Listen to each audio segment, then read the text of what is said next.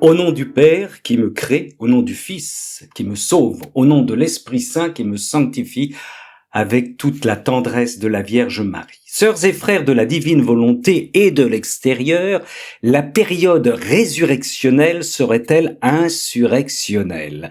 Je vais vous lire la lettre numéro 70 dans ce livre de Luisa Picaretta, sa correspondance. C'est, en ce qui nous concerne, la 26e lecture, le 26e bouchon, la 26e capsule, comme diraient nos sœurs et frères québécoises.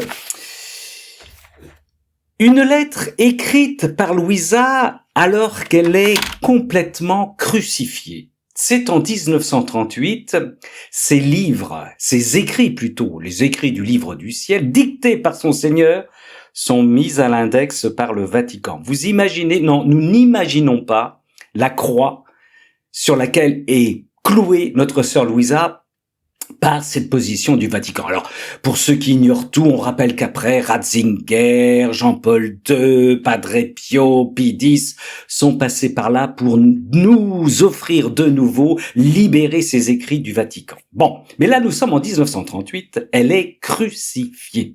Et je vous recommande justement, si vous vous prenez des fois des coups dans les gencives parce qu'on vous fait mal, on vous fait mal à votre divine volonté, je vous recommande d'avoir comme mode d'emploi de bouée de secours les lettres que Luisa a écrites. Nous allons les lire tout de suite. Mais auparavant, une petite mise au point.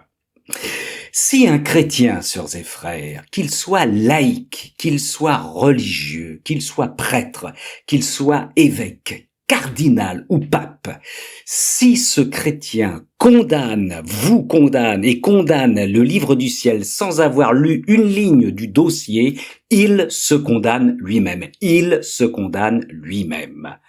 Quelqu'un qui condamne sans avoir jugé se condamne lui-même.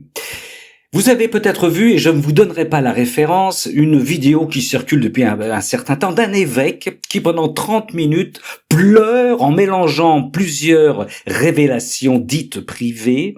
Il pleure parce qu'il y en a trop et évidemment, à un moment, il arrive à parler de la divine volonté. Il dit deux choses et je n'exagère pas. La première chose, il dit « Je n'ai pas approfondi le sujet ». Mais il va en parler quand même. Et la deuxième chose, pour balayer la divine volonté d'un revers de la main, c'est de dire que le livre du ciel est plus long que le Nouveau Testament. À dégager.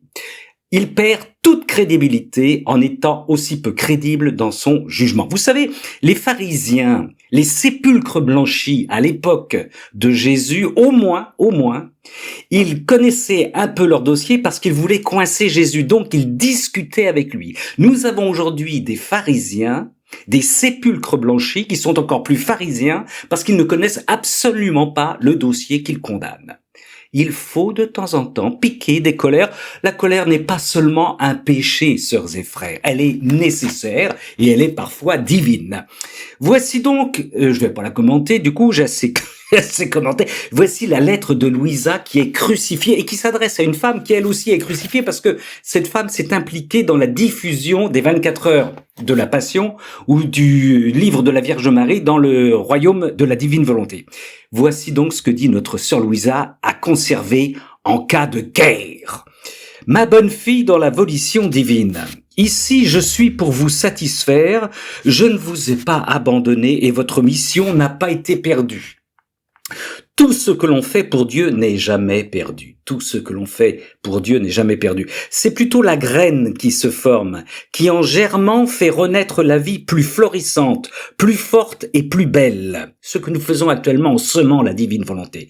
Tout ce que vous avez fait, à la fois pour vous-même et pour les autres, ce sont des semences que vous avez formées. Des semences qui font renaître la vie de la volonté divine. Je vous rappelle que les écrits sont à l'index.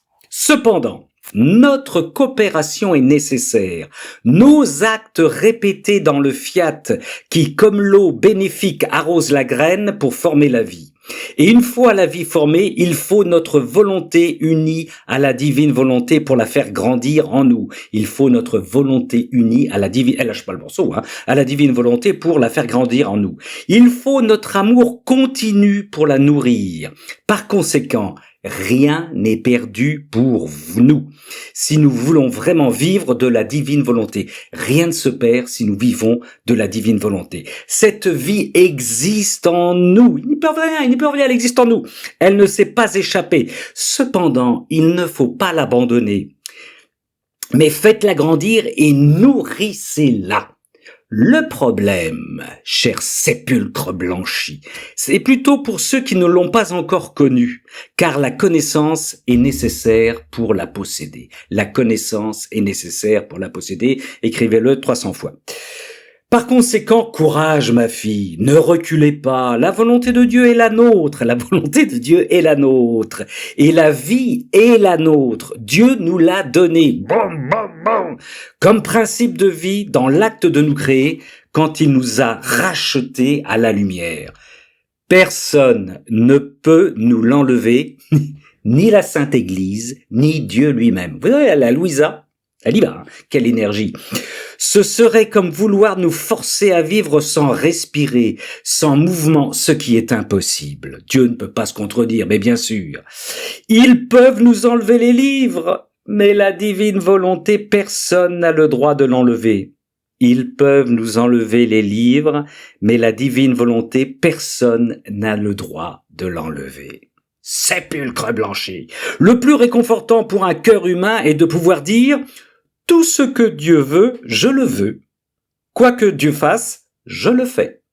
Tout ce que Dieu veut, je le veux. Quoi que Dieu fasse, je le fais. » Les cieux s'ouvrent à ces acclamations afin d'unir le Créateur et la créature, unir le Créateur et la créature, de sorte que quoi que l'un fasse, l'autre puisse le faire aussi. C'est ça, hein, vivre dans la divine volonté, c'est pas autre chose.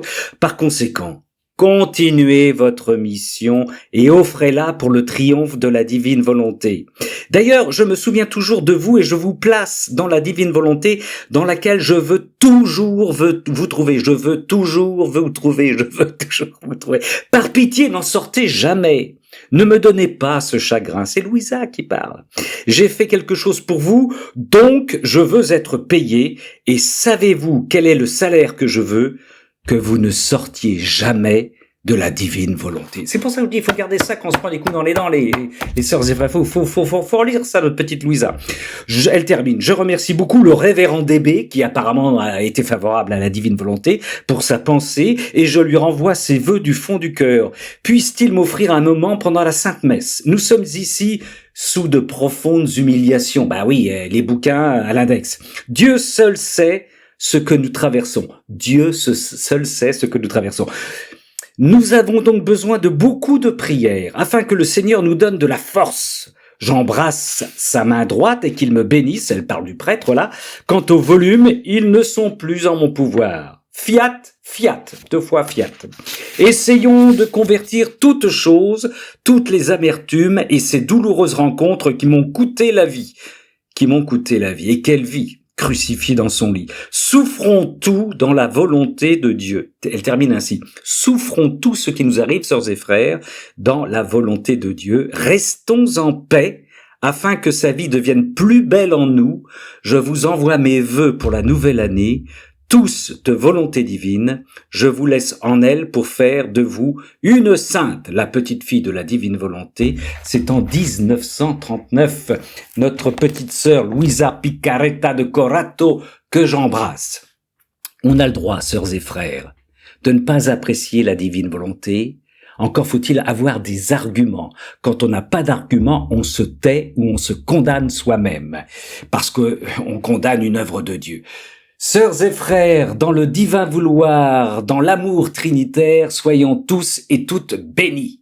Fiat!